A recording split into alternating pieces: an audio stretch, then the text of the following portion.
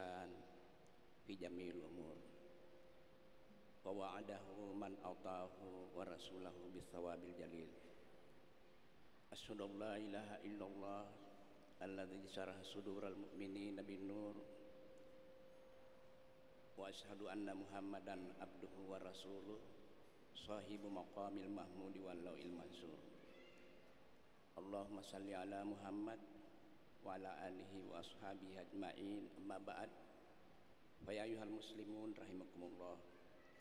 Usikum wa nafsi bitaqwallah kama qaluhu fi kitabihil karim wa huwa asdaqul qa'ilin. A'udzu billahi minasy syaithanir rajim. Bismillahirrahmanirrahim. Ya ayyuhalladzina amanu ittaqullaha haqqa tuqatih wa la tamutunna illa wa antum muslimun. Shadaqallahul azim. Kita senantiasa berhamdalah, beralhamdulillah, bersyukur kepada Allah Subhanahu wa taala, Allah yang maha patut disyukuri. Oleh karena Allah yang Rahman dan Rahim ini tidak pernah berhenti, tidak pernah putus-putusnya menebar kasih sayangnya, rahmatnya kepada seluruh makhluknya, termasuk kepada kita semua. Hari ini kita masih hidup, kita juga tidak terkena corona, kita juga dalam bingkai iman kepadanya. Itu adalah bagian yang sangat kecil dari rahmat Allah kepada kita yang mudah disebut.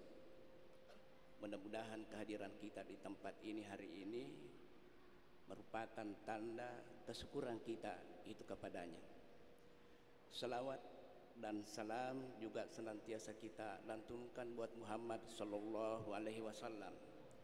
Moga-moga salawat ini terbias juga pada sahabat-sahabat beliau, keluarga-keluarga beliau seluruhnya. Amin ya rabbal alamin.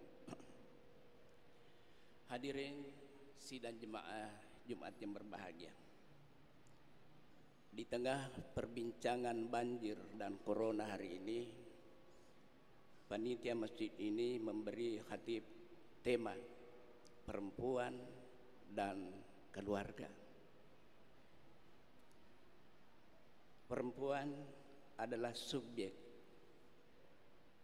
sekaligus objek yang selalu dibicarakan dan tidak pernah kering-keringnya.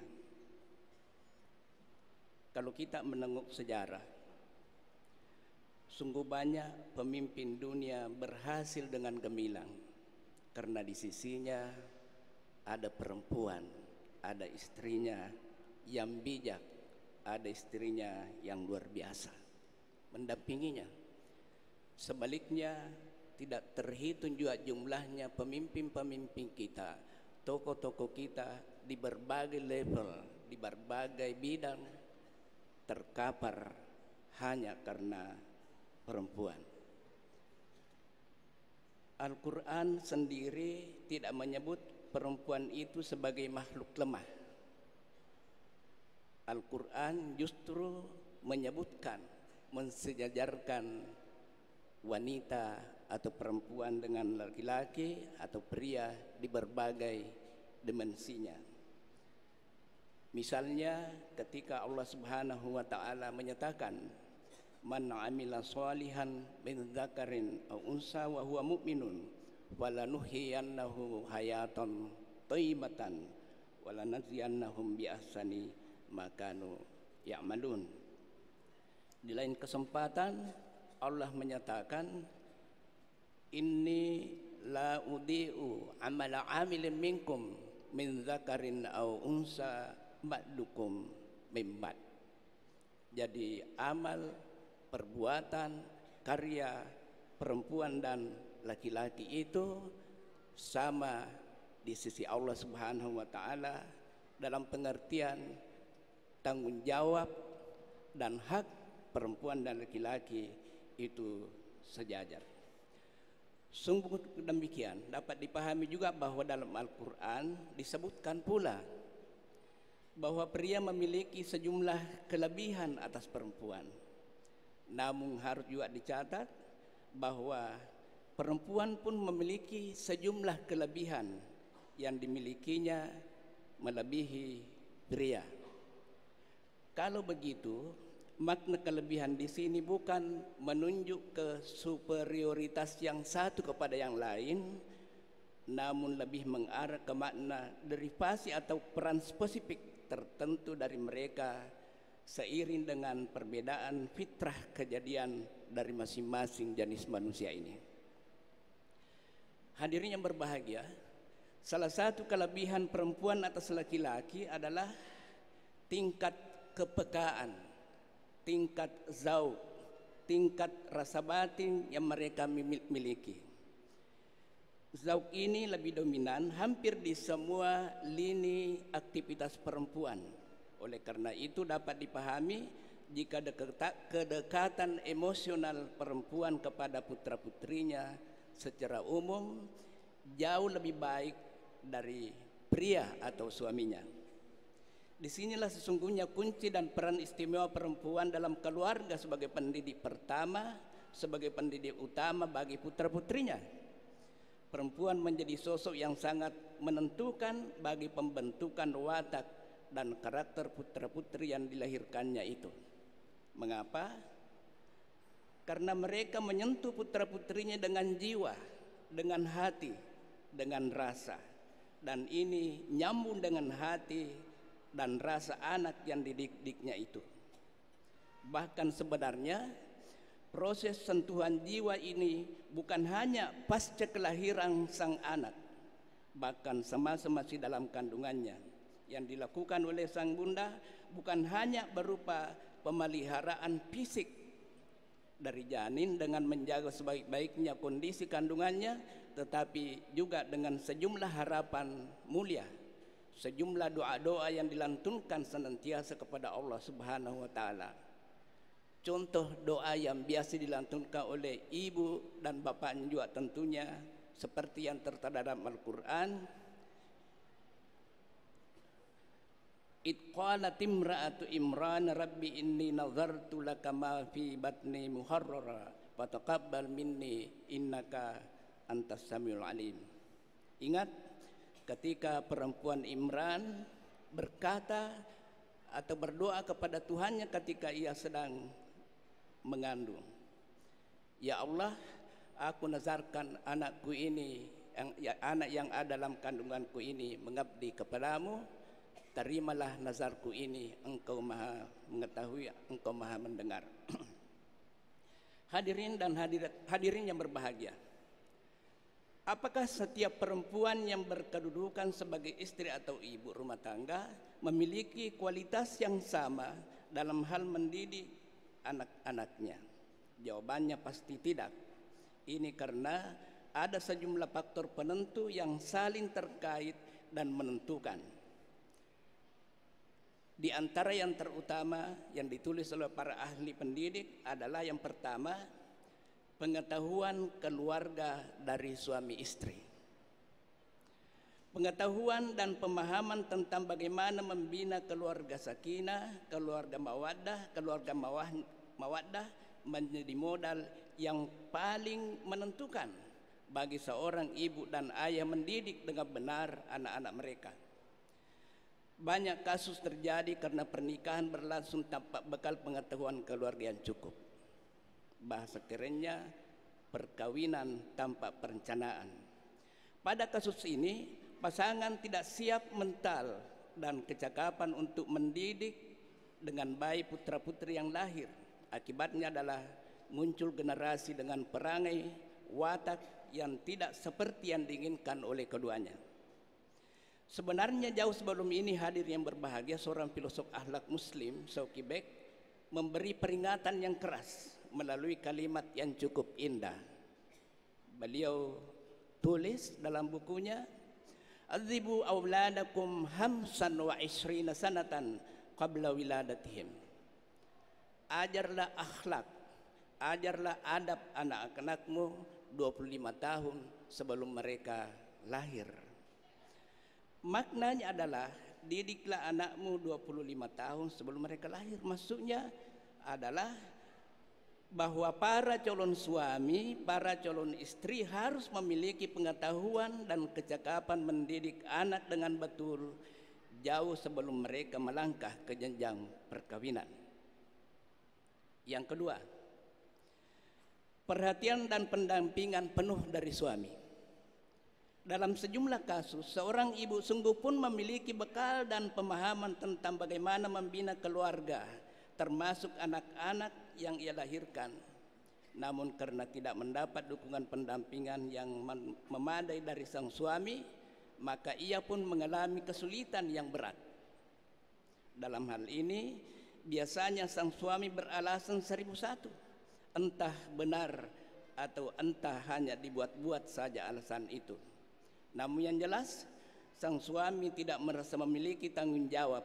Bahkan boleh jadi sang suami berpikir tanggung jawab mengurus rumah tangga, termasuk mengurus dan mendidik anak-anak, adalah tanggung jawab istri.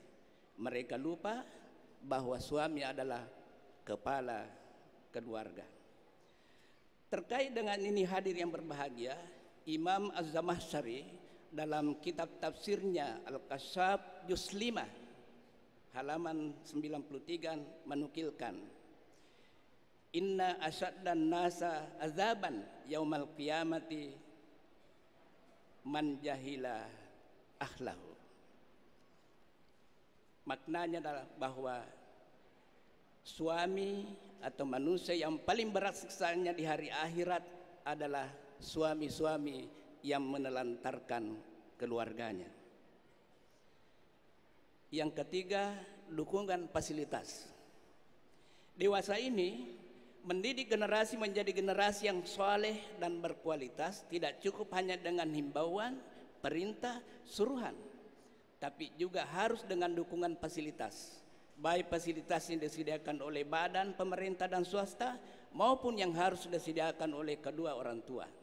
Dalam kenyataan, semakin maju tingkat keperadaban dan kebudayaan suatu generasi, semakin tinggi pula keperluan dukungan fasilitas yang diperlukan. Singkatnya adalah, pendidikan itu adalah investasi jangka panjang dan juga mahal. Terkait dengan ini hadir yang berbahagia, demi terwujudnya generasi soleh yang berkualitas yang diperlukan oleh bangsa dan negara ini, diperlukan pengorbanan dari kedua orang tua. Mungkin keduanya harus mengorbankan keinginan tertentu, pengorbanan keinginan ingin membeli ini dan itu, pengorbanan untuk tidak jadi pergi ke sana dan pergi ke situ hanya untuk menyimpan uang bagi supporting dari anak-anaknya yang sedang mengikuti pendidikan. Hadirin yang berbahagia, sesungguhnya suatu pengorbanan tidak semudah mengatakannya. Memang sudah menjadi aksioma, semakin besar dan semakin tinggi nilai suatu cita-cita, semakin besar dan berat pula pengorbanan yang dibutuhkan. Kenapa? Karena suatu pengorbanan terkait dengan perlawanan terhadap keinginan-keinginan manusia, dan keinginan-keinginan ini biasanya dimotori oleh hawa nafsu. Hanya orang-orang yang tahan banting yang mampu menekan hawa nafsunya yang bisa lulus. Siapakah orang yang tahan banting itu? Menurut Rasulullah Shallallahu Alaihi Wasallam adalah mereka yang mampu berjihad melawan nafsunya. Dan orang yang memiliki kemampuan itu menurut Al-Quran adalah orang-orang yang memiliki kesabaran. Artinya adalah pengorbanan itu memang sungguh berat, namun di balik beratnya itu ada surga. Perhatikan teks ayat berikut surat An-Nazi'at ayat 40 dan 41. Wa amma man khafa maqama rabbih wa nahan nafsa 'anil hawa fa innal jannata hiyal ma'wa. Dan adapun orang-orang yang takut kepada kebesaran Tuhannya dan mampu menahan diri dari keinginan-keinginan hawa nafsunya, maka sesungguhnya surgalah tempat tinggalnya. Demikian firman Allah Subhanahu wa taala. Yang keempat, doa dan penyerahan diri kepada Allah Subhanahu wa taala. Hadirin yang berbahagia, bagi seorang muslim, Penyerahan diri lewat doa adalah bagian integral dari usaha maksimalnya untuk mencapai suatu cita-cita. Doa adalah sarana komunikasi yang sang hamba kepada Khaliknya, Allah Subhanahu wa taala. Semakin sering seorang hamba berkomunikasi dengan Tuhannya lewat doa-doa, semakin disukai oleh Allah Subhanahu wa taala. Melalui hadis qudsi, Rasulullah sallallahu alaihi wasallam menyatakan bahwa sesungguhnya Allah Subhanahu wa taala itu lebih responsif terhadap doa seorang hamba daripada hamba yang berdoa itu sendiri. Coba perhatikan teks matan hadis yang diriwayatkan oleh Imam Bukhari sebagai berikut. Idza taqarrabal 'abdu ilayya sabran taqarrabhu ilaihi zira'an wa idza taqarraba ilayya zira'an taqarrabtu anhu ba'an wa idza atani yamsi ataitahu marrubi. Jika seorang hamba datang kepadaku dengan sejengkal, aku akan datang kepadanya sehasta, dan jika ia mendekati aku sehasta, aku mendekati kepadanya sedepah. Jika hambaku datang kepadaku dengan berjalan kaki, aku akan datang kepadanya dengan berlari-lari. Sebagian ulama mutaqaddimin menegaskan bahwa hamba yang malas berdoa, apalagi tidak mau berdoa kepadanya, dinilai sebagai hamba yang sombong, hamba yang tidak merasa butuh kepada penciptanya. Sementara salah satu sifat yang paling dimurkai oleh Allah dari hambanya adalah sifat kesombongan itu. Di antara contoh lafaz doa yang biasa dikumandangkan oleh kedua orang tua bagi anak-anaknya, tentu juga bagi dirinya, sebagaimana yang dinukilkan dalam Al-Quran. Bismillahirrahmanirrahim. Alladzina yaquluna rabbana hablana min azwajina wa dzurriyyatina qurrata a'yunin waj'alna lil muttaqina imama.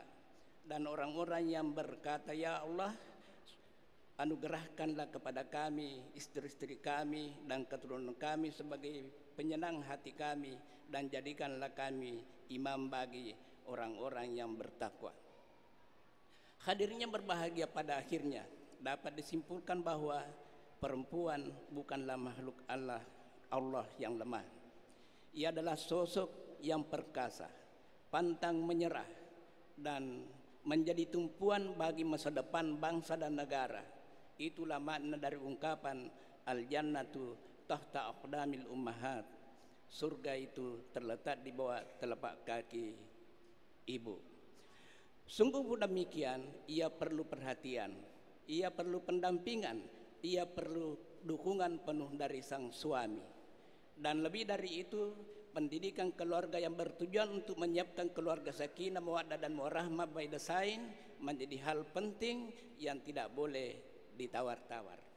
Semoga dengan pokok-pokok pikiran ini menjadi bagian dari perenungan kita, studi kita, dan amalan kita dalam rangka kita setapak demi setapak menuju kekeridhaan Allah Subhanahu wa taala, menuju ketakwaan yang lebih sempurna kepada Allah Subhanahu wa taala.